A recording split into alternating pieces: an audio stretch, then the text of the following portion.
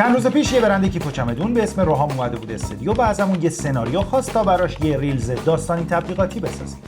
ما هم این سناریو رو براش پیاده سازی کردیم.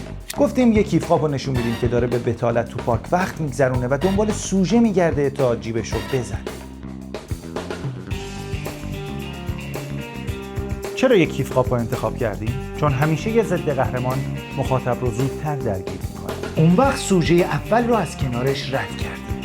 کیف خواب هم توجهش به سوژه جلب میشه و میره برای اینکه کیف رو بخوابه. دیدی؟ موفق شد.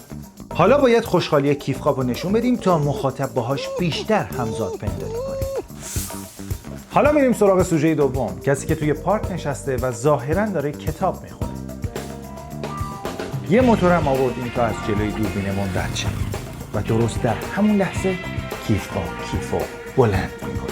چرا موتور آوردیم؟ چون حرکت در خواب همیشه ریتم داستان رو بالا میبره. تا اینجا قصه رو گفتیم، حالا میخوایم برند رو نشون بدیم. کیف خواب محترم رو نشون میدیم که همه محتویات کیف ها رو خالی میکنه و بعد شروع میکنه به استایل کردن با کیف ها و حالا یک شلیک جانانه.